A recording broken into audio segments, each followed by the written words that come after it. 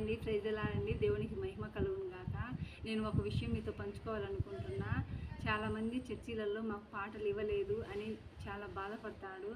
మన దేవునికి మైక్ పట్టుకొని పాట పాడాల్సిన అవసరం లేదు. వాళ్ళతో కలిసి మనం పాట పాడినా, వాళ్ళతో కలిసి మనం చప్పట్లు కొట్టినా కానీ దేవునికి మహిమ. వాళ్ళు వీళ్ళు చూడాలనే అవసరం లేదండి. మన దేవుడు మనల్ని చూస్తే చాలు, మన హృదయం చూస్తే చాలు. మన పాట అందరికీ వినిపించాలని అని తపన పడొద్దు.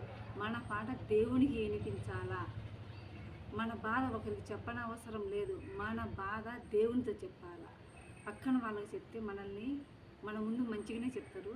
మళ్ళీ ఏంటంటే పోయినాక ఇతరులతో మనం హేళనగా మాట్లాడుకుంటారు.